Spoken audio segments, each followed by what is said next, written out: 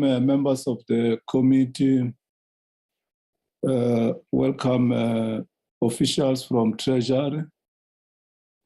Welcome the stakeholders who are going to make a submission this morning.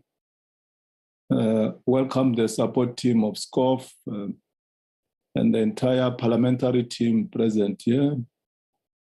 Welcome the media and the public. Are there apologies before we go to the next item of the purpose of today's meeting? Yes, Chair, Mr. Sarupan is writing an exam. Who's writing the exam? Mr. Sarupan, Asher Sarupan from the DA. Oh, okay. No, thanks. We wish him the best with his exams. Let's move to the next item, which is the purpose of today's meeting. It is about the public hearings on the Public Finance Management Amendment Bill, B41, 2018, and the Public Finance Management Amendment Bill, B13, 2020. Over to, is it Libat Solutions, JW Pty Ltd. You have got 15 minutes to present. Over to you. And you are welcome. Welcome to our meeting of the Standing Committee Finance. Thank you, Chairperson. Good morning, everyone, and thank you for the opportunity. My name is Leboha Muchupi. I'm the Executive Director of Lebu Solutions. Basically, today's presentation is to propose the integration of an element of risk as core to public finance management. However, going forward, I will open with a question as to what role can big banks play in protecting public finances. Because if and when we refer to Section 7, the Banking, Cash Management and Investment Framework, the National Treasury must prescribe a framework within which departments, public entities listed in Schedule 3 and constitutional institutions conduct their cash management. From our end, from our public finance administration end side, we advise that it is to consider the following to determine the bank's role in protecting the public finance, which will be the role of the MEC and an accounting officer in public finances. And then number 2 will be the high value transaction of plus 215 million rand. It is for that reason, as an entity, we propose the following clause be added to the PFMA and measures be taken to facilitate the initiation of the process. The proposed additional clause is clause 7, subsection 6. A bank is as follows. A bank which has opened a bank account for a public entity listed in Schedule 3 or a constitutional institution or any other institution that holds money for a department, a public entity listed in Schedule 3 or a constitutional institution must promptly, in the case of the bank withdrawal of above 250 million rand, request in writing National Treasury's approval or reasons for withdrawal of the finances from the bank. Then I will jump directly into our proposed amendment, the sections that we as an entity propose that be amended, which will be Section 18, Functions and Powers. Subsection 1, a provincial treasury must. Then subsection 1, subsection A says prepare the budget, the provincial budget, and submit the budget to a risk committee to consider effects of uncertainty on budget objectives. The Treasury should prepare a budget for a province. A provincial treasury should prepare a budget for a province. It is then that the budget should be submitted to a provincial risk committee for risk assessment prior to sign off of that risk and the budget. As is, we have 20 million allocated to the water economy for job creation when the water economy has no anticipated jobs for the current midterm 2019 to 2024 term. It is for that reason that we propose the integration of an element of risk within subsection 1A of section 18 functions and powers for proper monitoring and evaluation of budgets before sign off and implementation. Subsection 2D must monitor and review the implementation in provincial public entities of international, national, and provincial norms and standards. Because currently we can no longer allow to view as correct for the provincial treasury to have instances where it says they may assist. But our question is, based on what made the decision for capacity building be made, whereas capacity building shouldn't be an option on sustainable public finance management. From our end, capacity building should be a must if we need to enforce proper governance and proper financial management. We should make sustainable public finances a must, and capacity building should therefore be at the forefront of capacity building. Thank you very much. That was our presentation for today. Appreciate it. Thank you. Okay, thanks, Mr. Mtupi, for your submission. Let's come to the interaction. Those questions for clarity and comments by members. Members, we have received a presentation or a submission from Mr. Lebuka Mtupi. Do you have clarity-seeking questions? No. We're supposed to get treasurer first, isn't it, Alan? Yes, Chair. I think Advocate MP van Schoor is online for National Treasury. Okay, yeah. Before members, let's get treasurer. Over to you, National Treasurer. Good morning, Chairperson. Sorry, I'm just, yes. Good morning, Chairperson and other members of the committee. Thank you for the opportunity. My presentation will be quite brief. The letter that our Director General wrote to you indicated that Treasury is currently busy with a comprehensive review of the PFMA. At this stage, we've already received input from all institutions that are subject to PFMA, national, provincial departments, public entities, as well as the constituency institutions that are listed in the PFMA schedules. So we're currently busy considering that input, and subsequent to that, we will engage further with stakeholders. And then there will also a process of requesting public comment on those amendments.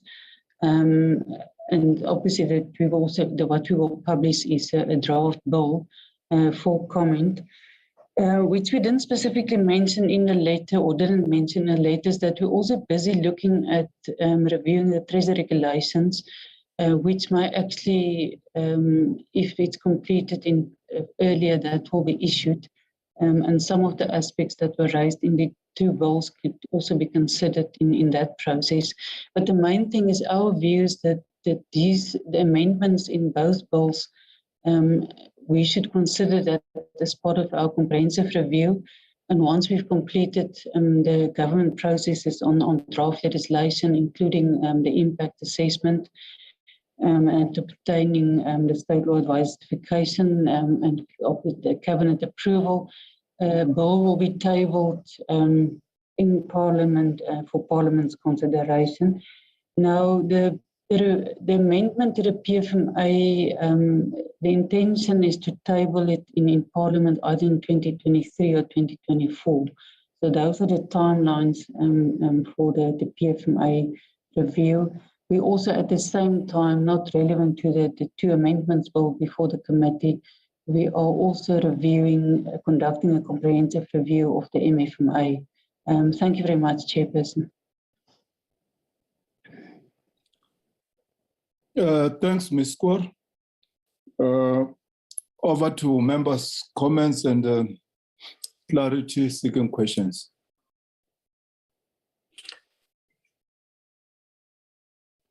Chair, could I come in here?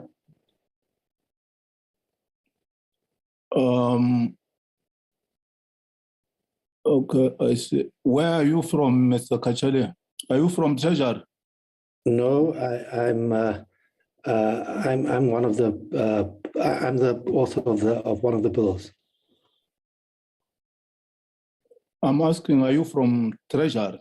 No, I'm a member of Parliament and the author of one of the private members' bills. Oh, yeah. Okay. No, over to you, Honorable Kachale. Thank you so much, Chair.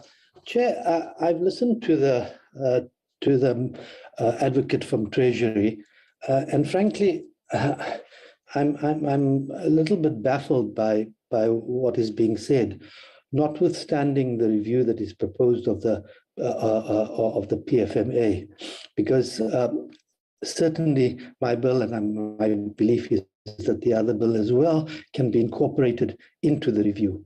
Question is, well, before we get to the questions, let me just state that as it stands, the Act does not provide for additional measures in instances where reports are not tabled, and the department or entity is not required to table any reports within a specified time after it is provided an explanation which has been tabled. All the bill proposes to do is that the annual reports, financial statements, and audit report on statements referred to in Section 65 be tabled 60 days after the explanation has been tabled. Now, this is very uncontroversial and non-partisan. My questions are, in terms of what Treasury is proposing, is how long will this process take? The advocate has talked about 2023, 2024. Will it be 2025, 2026? Because that's our experience in these matters. What happens in interim? Would this bill not plug the much-needed gap in the interim in a party-agnostic and non-partisan way? And given the general malfeasance across so many sectors, would this not provide the requisite info to help us combat the same?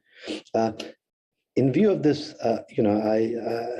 I'd certainly like to ensure that this bill is presented and tabled before the National Assembly, notwithstanding Treasury's reservation, shall we say. Thank you. Thanks, Honorable Kachale. Any other member who will want to make a comment or ask a question? Mr. Chairman, my hand's up. Okay, Mr. Lees, over to you. Sanbonana Nonke, good morning to everyone. Thank you, Mr. Chairman, for having this meeting and this public participation. That really is great. Thank you. First of all, let me just say a thank you to Lebogang for the presentation. I think he makes some valid points about the Act, and I think they perhaps should be looked at in the process, in a separate process, because they don't really directly affect the bills of my colleague Khaled and myself. So, but a very big thank you for taking the trouble, doing a very comprehensive presentation, and making yourself available to the committee this morning. Thank you. Mr. Chairman, in terms of the bill, my bill, MP has motivated that the bill should be considered as part of a bigger process. And MP, good morning to you. Long time since I've dealt with you, and nice to see you. It certainly is a possibility, but Dondo in his letter quite correctly says, let me find it. It says the Rule 2864E provides that department in the national sphere of government sufficient opportunity to make submissions to the committee on the objects and particulars of the bill. On the objects and particulars of the bill. Now, National Treasury have not commented on the bill.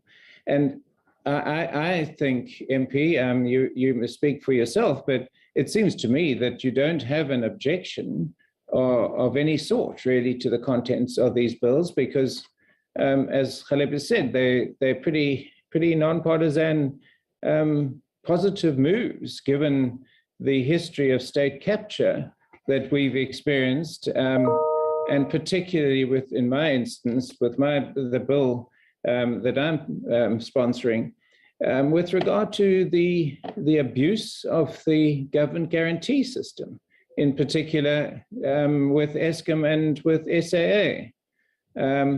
So I would really ask MP whether put aside the bigger review, which I agree with Caleb will probably take years and years and years. Are there any specific issues with regard to these two private members' bills and reasons why they should not be enacted, or perhaps why they should be enacted? I would think that the view of National Treasury about the specifics in these bills should be that they should be enacted rather than they should not be, given that there's a bigger review taking place, which even in your timeline, MP, is a 2 to 3 year timeline. I suggest to you that it'll probably a 5 to 6 year timeline, if not more.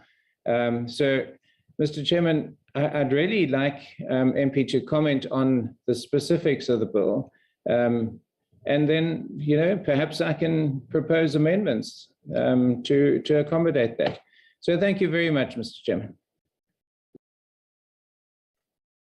Siyathokoza, Mr. Liss.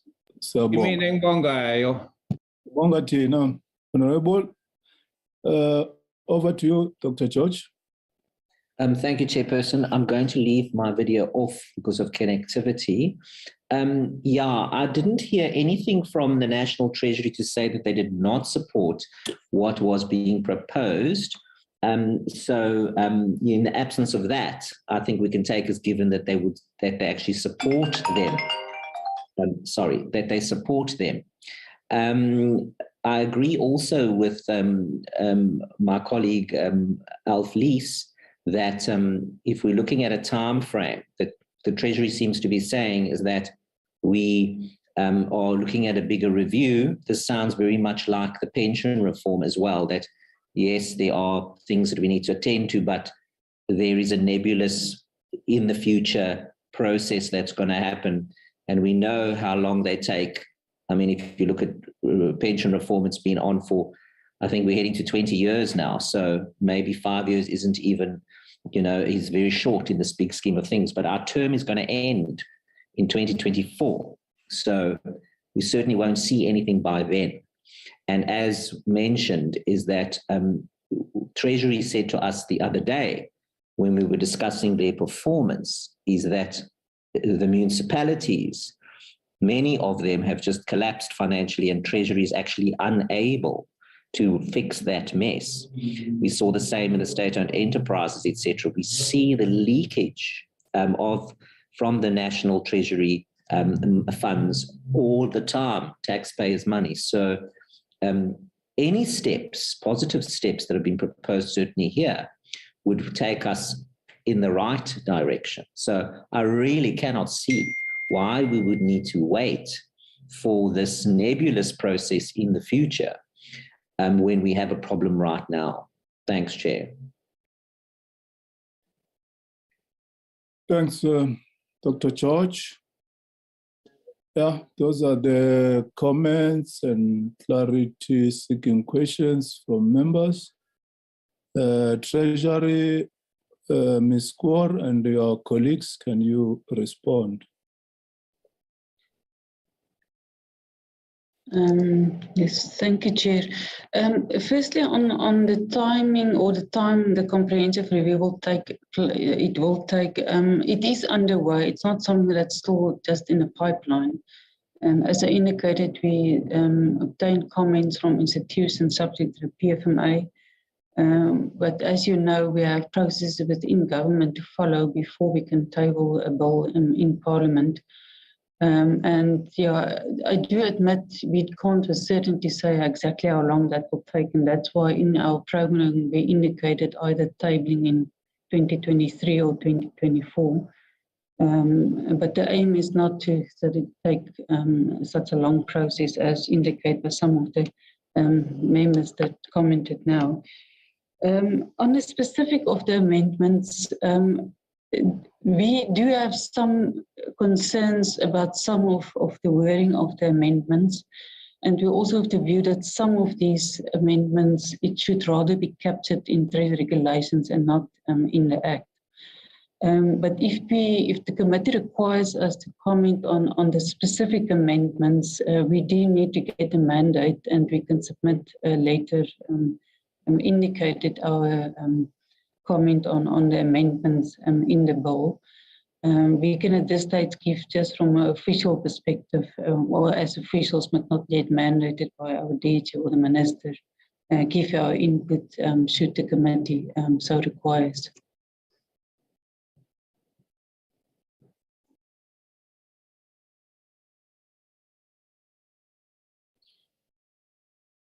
Are you done, Ms. Van Schoor? Sorry, Chair, yes. Okay.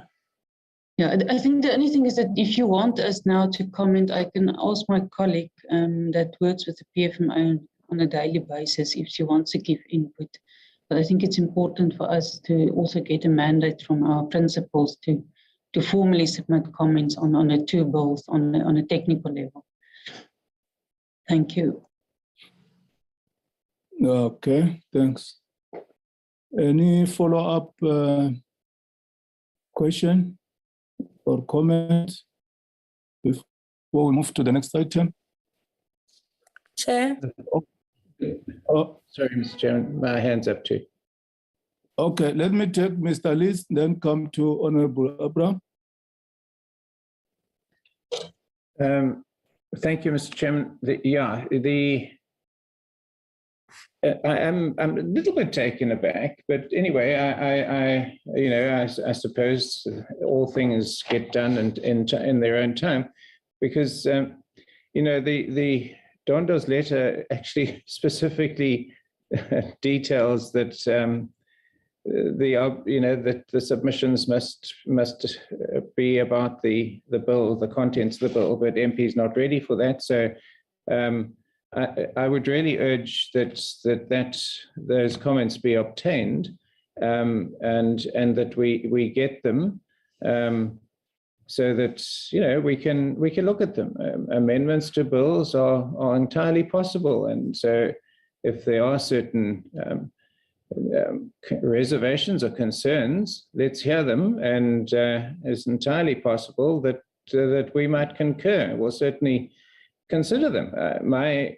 My history of working with National Treasury is that I have very seldom found myself disagreeing with their proposals, except when it comes to tax rates, of course. There we have a massive disagreement, and we'll probably continue to disagree about tax rates for the duration. So, Mr. Chairman, I would really ask that the National Treasury provide those concerns. So thank you very much, Mr. Chair. Thanks, Mr. Lys. Honorable Abraham, then Dr. George. Nogze. Yes, I'm here, Chair. Thank you. You're Okay. unmuted now. Am I okay, Chair? Yeah, you are now audible. Okay. Chair, I think we don't seem to be ready, all of us, with contributions into the amendment. I have not had a response to Mazambane's questions from Honorable Kachalia. I'm not sure if he is not ready with the responses. Also, I think there is an element of not being ready even from National Treasury, because I hear so much in the response about consultation that needs to happen. And I think, Chair, in all honesty, we as parties also do need that time so that we can be able to consult, because, Chair, in terms of what has come out from the officials of National Treasury so far, in my view, is that what the honorable member wants to amend in his proposal is already in the process of being done by National Treasury. However, there is also an element that says we can probably accommodate this in recommendations or regulations. So for me, Chair, maybe let's just commend the member, because we do need private bills from members, but I think let's give each other time to make the necessary consultations so that we do not duplicate what is already happening at National Treasury. However, we appreciate also the fact that such moves will drive National Treasury to be much more urgent in what they are doing. Because if the amendments are not forthcoming from National Treasury, we cannot blame members from coming up with private members' bills.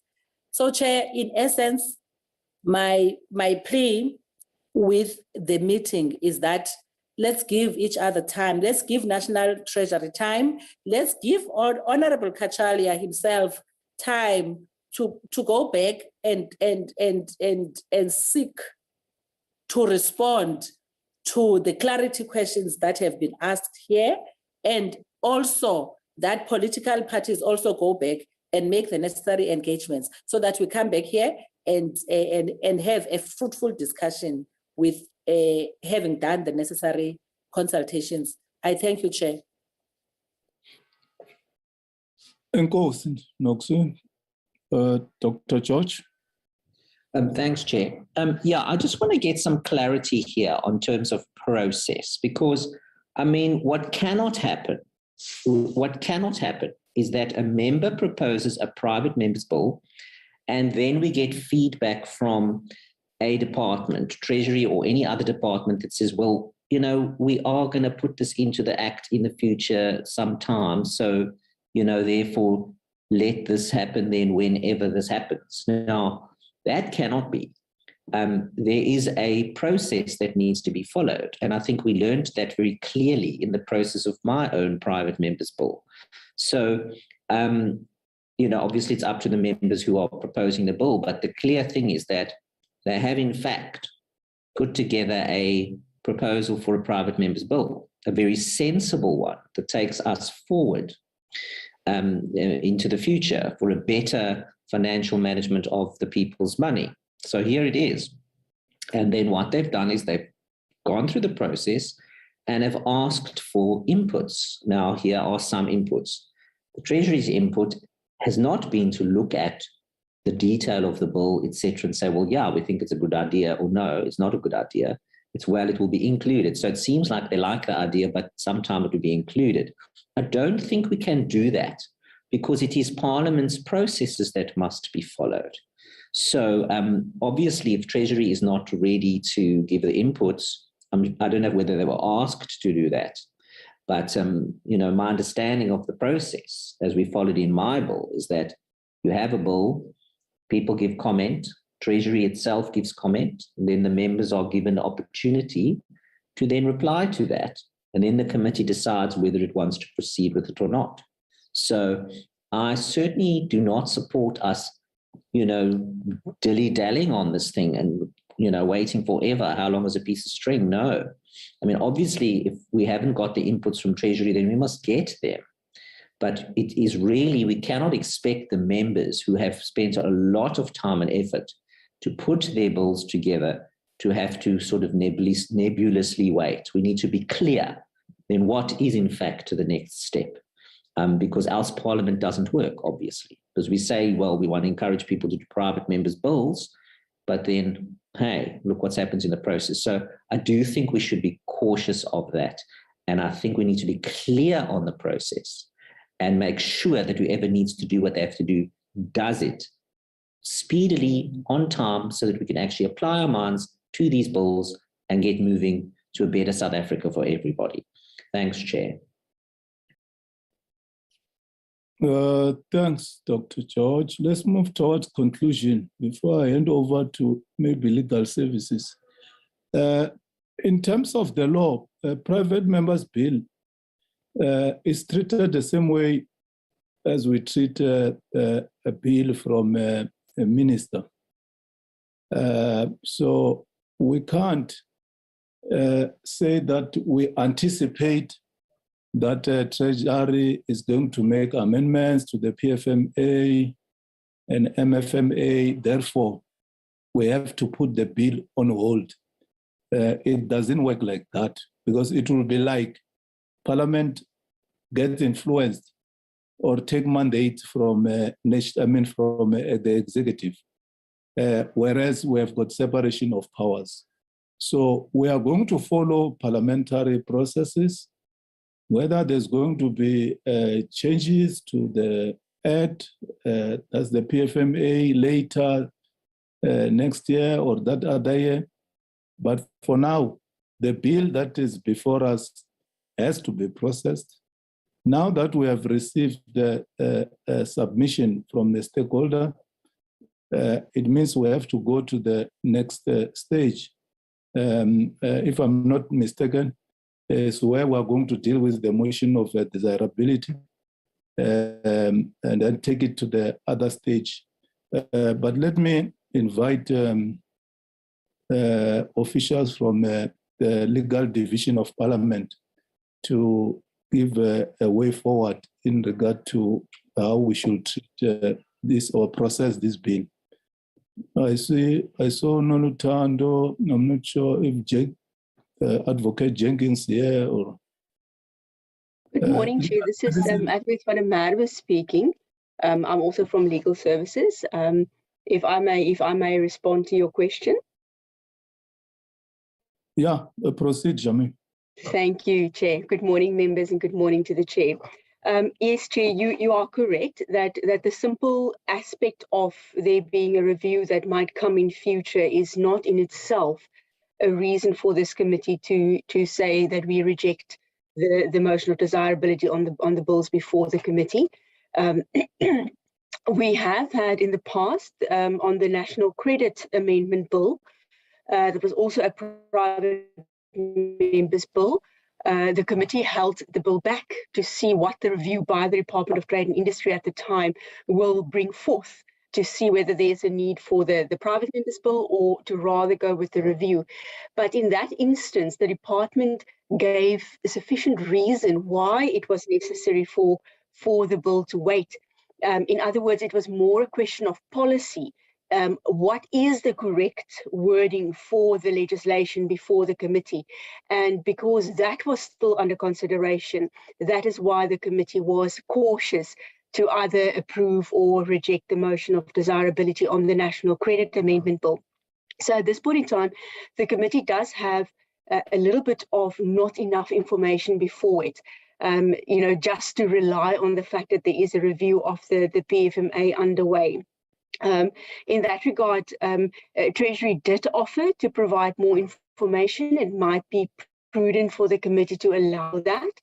That would be a recommendation from my side for Treasury to speak to the actual desirability of the proposals made in the bill, not just simply the fact of a review that is coming. It is important to take into account when the executive is planning a review of legislation. And the reason for that is that when legislation is reviewed by the executive, there is a holistic approach to it. So it is not just something that the committee can say, we don't know when this is coming, or we don't know what the real concerns are. A review is an important matter to take into consideration. There may be one factor might impact on another factor. So it is a big picture that the committee needs to see. But I don't think the committee has that picture before it at the moment. So my recommendation to the committee would be to allow Treasury to actually speak to the content of each bill and to indicate what their concerns are and how those concerns are filtered into the review process. And then the committee can make that decision.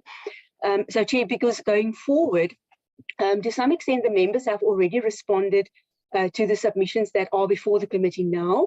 The first submitter's submission does not speak directly to any of the clauses that are in the two bills. It is more in respect of additional clauses. And that is something that I would recommend the committee only considers after a motion of desirability may have been adopted on either or both bills, because it is a matter of additions. And the committee will in fact have to approach the House to extend the scope of either bill if the committee decides to accept any of the proposals of the first submitter. So to that, I don't think the members need to respond at this point in time, and they have already responded to the submission from National Treasury. So the next step then for the committee is to consider a motion of desirability. And then, of course, that is where I'm saying I'm not sure if the committee has sufficient information before it in respect of the department's view on the content of the bills before the committee. Of course, that is a decision for the committee to take, to say, we've given Treasury the opportunity, they didn't respond. That is now, that opportunity is gone. That is for the committee to decide. We have also had that in the past in other committees, or the committee can decide to give Treasury that opportunity to respond to the actual content of the bills. And then the committee can, of course, then again give the members an opportunity to speak to the reasons provided by Treasury. If there are legal questions raised by Treasury, then our office will assist the committee to advise on those legal questions. And then after that, the committee can consider a motion of desirability on the bills. Thank you, Chair. Thank you, members. Thank you, Charmaine. These bills have been in the pipeline for quite some time. And it should not suggest that from the side of the committee, we don't have an intention to process the bills further. Treasury knows about this bill, or it has known about these bills for quite some time. And I think we should move to the next stage of processing the bills, so that it should not be like unduly we are delaying processing these bills.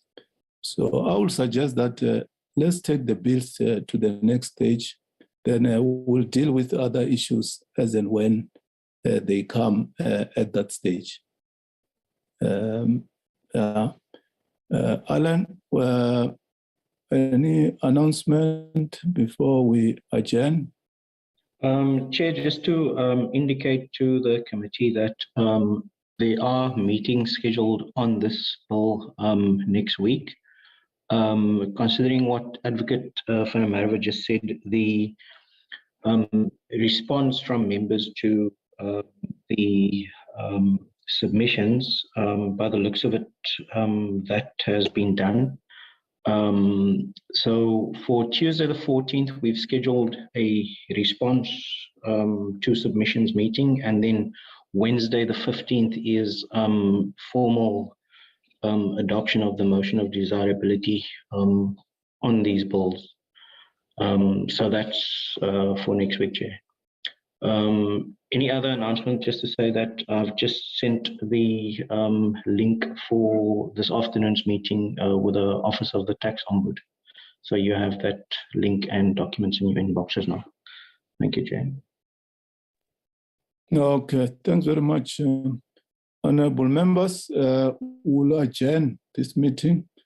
Mr. Chairman, before we do, Ngiyaqolisa, sir. Okay, Mr. Liz. Ngiyaqolisa Sihlalo. Just in terms of the schedule for next week, it seems to me that the meeting on the 14th, the response, I'm not getting clarity there. The Advocate Charmaine says we've already responded. Alan says we've already responded. Are we still going to go ahead with that meeting? Sorry to be pedantic, but we've got to try and fit it in with our other committee meetings. Thanks, Mr. Chairman. Ngiyabonga. Siyabonga, Honorable Liz. Honorable Abraham. Yes, sure, thank you so much. I want to also apologize for coming in like this after you have made an attempt to close the meeting.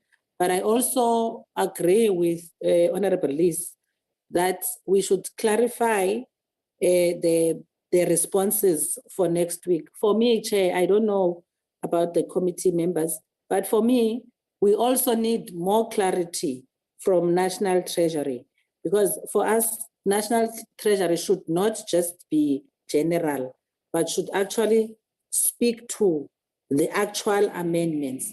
And therefore, Chair, amongst the responses that we are expecting for next week's meeting, I think also Treasury should also, in terms of process, prepare something more specific in terms of a response to the amendment. I thank you, Chair. Enkos. Okay, National Treasury, you are invited for the Tuesday meeting. If there will be more information that you will have to provide in terms of the content. Then Wednesday is the motion of desirability.